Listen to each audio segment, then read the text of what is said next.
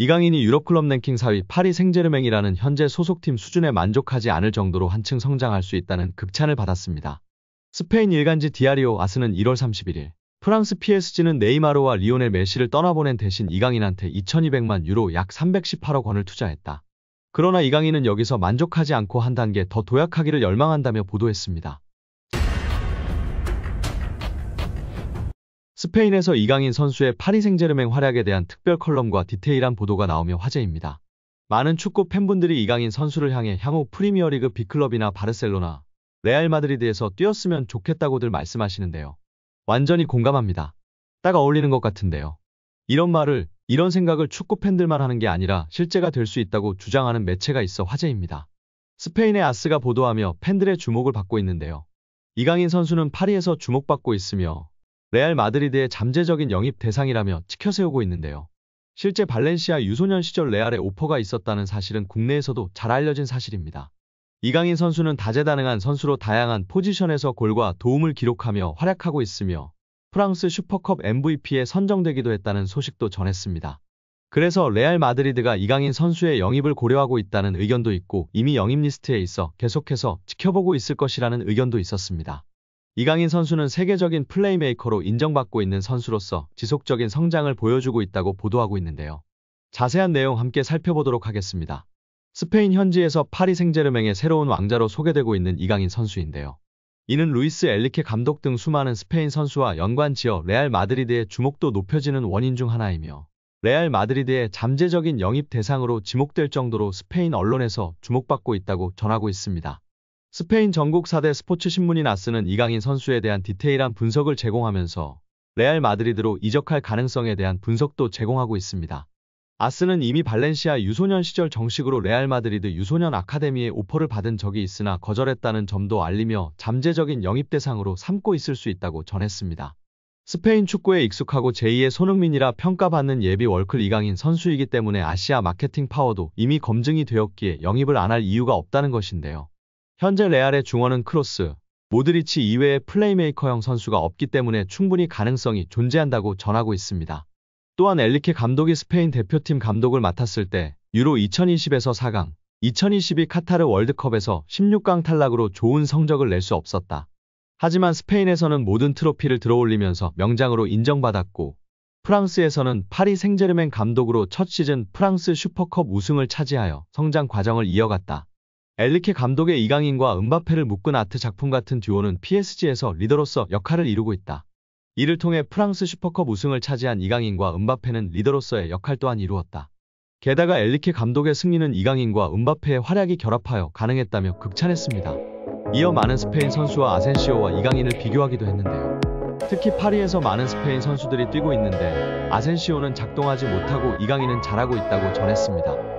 레알 마드리드에서 아센시오가 활약을 못하자 이적 시장에서 떠난 것과 반대로 이강인이 승부욕을 발휘해 프랑스 슈퍼컵에서 결승골을 넣었다며 호평했습니다. 이강인은 엘리케 감독의 굳건한 신뢰를 받고 있으며 아시안컵으로 인해 부재하는 기간은 파리 생제르맹의 전력에 약화를 줄 것으로 소개되었고 주전 경쟁을 하지 않고 확고한 주전 선수로 인정받았다며 자리를 비우는 것은 오히려 파리의 전력에 우려를 준다고까지 표현했습니다. 이제 파리 생제르맹은 개인보다 팀의 중요성을 강조하는 정책을 펼치고 있으며 이강인의 영입은 그들의 패러다임 변화를 의미한다며 대서특필하였습니다. 특히 아스는 이강인이 멀티플 포지션에서 뛰어난 다재다능함과 왼발 덕분에 항상 차이를 만들어내고 있는 점과 은바페와 뛰어난 팀워크를 보여준다며 극찬했습니다. 파리 생제르맹에서 주전 경쟁을 펼치고 있다가 아닌 믿음직한 신인 주전으로 자리 잡은 이강인, 앞으로의 성장이 더욱 기대된다고 표현했습니다. 특히 은바페와의 환상적인 호흡과 경기 이해도가 뛰어나며 극찬했습니다. 그리고 다시 한번 아스는 이강인의 레알 마드리드행 추후 일어날 수 있는 일이라고 전했는데요. 레알 마드리드는 은바페와의 호환성과 리빌딩에 이강인 선수가 필요하다고 판단하고 있다. 이강인은 다재다능한 선수로 여러 포지션에서 이미 뛰어난 활약을 하고 있으며 발렌시아 유스 시절부터 레알 마드리드 관심을 받았다. 레알 마드리드의 중원 보강과 플레이메이커 역할에 이강인의 특성이 필요하다고 여겨진다. 이강인은 이미 라리가에서 성공적인 경험이 있으며 스페인 문화에도 적응되어 있어서 이후에 이강인이 올 수도 있다. 이강인 선수의 다양한 공격 포인트와 활약이 주목받고 있으며 어디에서든 공격 포인트를 만들어낼 수 있는 선수로 평가받고 있다고 전했습니다. 디아리오 아스는 당장은 아닐지라도 때가 되면 더 나은 팀에 합류할 만큼 발전할 것이라 짐작하는 관계자가 있다며 소개했는데요. 현재 유럽 축구연맹 클럽 랭킹 1에서 3위는 맨체스터 시티, 바이에른 뮌헨, 레알 마드리드입니다. 디아리오 아스는 이강인이 PSG를 전성기 마지막 팀으로 여기고 계속 남을 가능성에 베팅하는 것은 도박이다. 킬리안 은바페가 2024년 여름 이적 시장을 통해 떠난다면 또 다른 거대한 축구 선수가 필요한 이유라고 분석했습니다. 이강인은 2011년 발렌시아 유소년팀 입단을 시작으로 2021에서 2023년 마요르카까지 10에서 22살을 유럽 축구연맹 리그랭킹 1에서 2위 스페인에서 보냈습니다. 지난 시즌 마요르카에서는 유럽 5대 리그를 통틀어 네 번째로 많은 드리블 성공을 기록했습니다. 이강인은 지난 시즌 스페인 1부 리그에서 돌파 성공 횟수 2위, 드리블 유효 비율 5위였으며 현재 프랑스 리그에서는 경기당 승점 획득 2위, 90분당 도움 기대값 7위인 상황입니다. 파리 생제르맹에서 활약 중인 이강인의 미래가 더욱 밝아질 것으로 보이며 화제입니다. 나세르 알켈라이피 PSG 회장이 어린 선수들이 주축이 된 팀을 만들겠다고 공언했기 때문인데요. 유럽 축구 전문 기자 파브리치오 로마노에 따르면 알켈라이피 회장은 우리는 앞으로 6에서 8년 더 함께 뛸 수 있는 팀을 만들고 싶다라며 유럽 축구연맹 챔피언스리그 8강 팀 중 가장 어린 팀을 보유하고 있다. UEFA 클럽 랭킹 10위 안에서도 가장 어리다. 정말 자랑스러운 일이다라고 말했습니다. 현지에서는 알켈라이피 회장의 발언에 대해 미래 자원들로 리빌딩에 착수할 거라고 선언한 것으로 보고 있습니다. 킬리안 은바페가 떠난 후 새로운 청사진을 그리고 있다는 분석입니다. 영국 비사컨은 PSG의 알켈라이피 회장은 장기 프로젝트를 그리고 있다. 앞으로 6년, 7년, 8년은 뛸 수 있는 젊은 선수들을 중심으로 팀을 개편하고자 한다라며 알켈라이피 회장의 최근 발언은 과거 은바페를 지키려고 했을 때의 발언과 상당히 대조적이다라고 전했습니다. 이어 PSG는 새로운 시대를 준비하고 있으며 은바페는 팀 계획에서 점점 사라지고 있다. 레알 소시에다드와의 챔피언스리그 16강전에서 결정적인 역할을 했지만 PSG는 선수들이 은바페가 없는 상황에 익숙해지도록 은바페에게 부수적인 역할을 맡기고 있다라고 덧붙였습니다. 게프폴뉴스 프랑스 또한 알켈라이피 회장은 파르크 대 프랭스에서 새롭고 젊은 장기적인 프로젝트를 강조했다.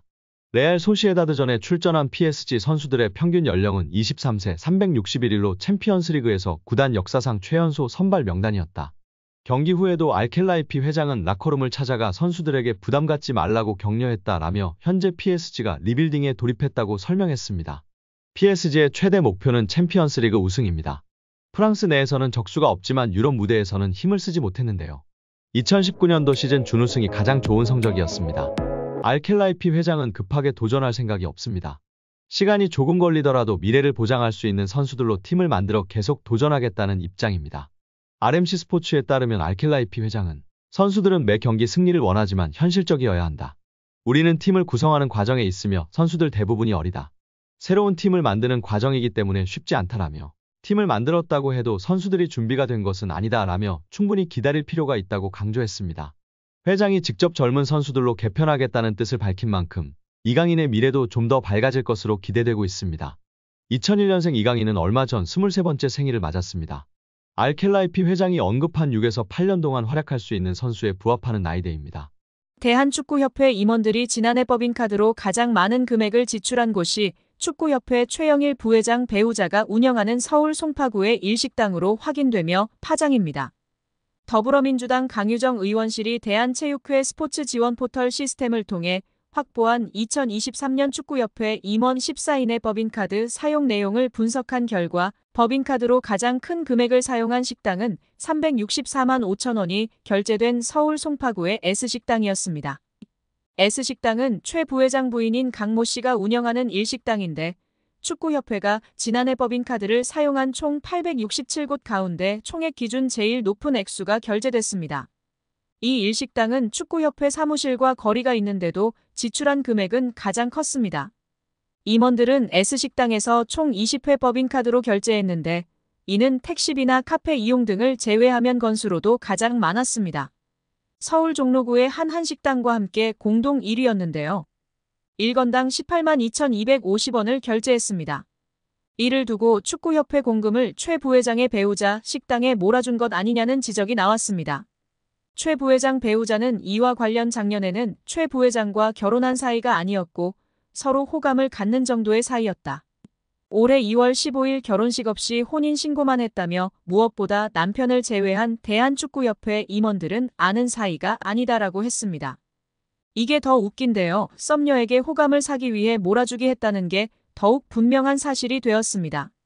축구협회는 2017년 9월 법인카드를 사적으로 유용해 당시 조중현 축구협회 회장과 이회택 부회장 등 전현직 임직원 12명이 경찰에 입건되는 일이 있었습니다. 당시 조사 결과 축구협회 임직원들은 골프장과 유흥주점, 노래방 등에서 법인카드를 사용했습니다. 이번 최 부회장 사례처럼 가족과 지인 식당에서 법인카드를 사용했다는 논란도 있었습니다. 축구협회는 앞서 법인카드 사용 내역을 밝히라는 대한체육회 감사 지적에 사용 내역 없음이라고 공시한 것으로 드러나 비판을 받은 바 있는데요. 이후 법인카드 사용 내역을 공개하라는 요구가 번지자 대한체육회 스포츠 지원 포털에 지난해 법인카드 사용 내역을 공시했습니다. 강유정 의원은 축구협회의 고질병이었던 법인카드 오남용이 재발했다며 정몽규 회장 체제의 축구협회는 능력도 도덕성도 없음이 증명됐다고 비판했습니다.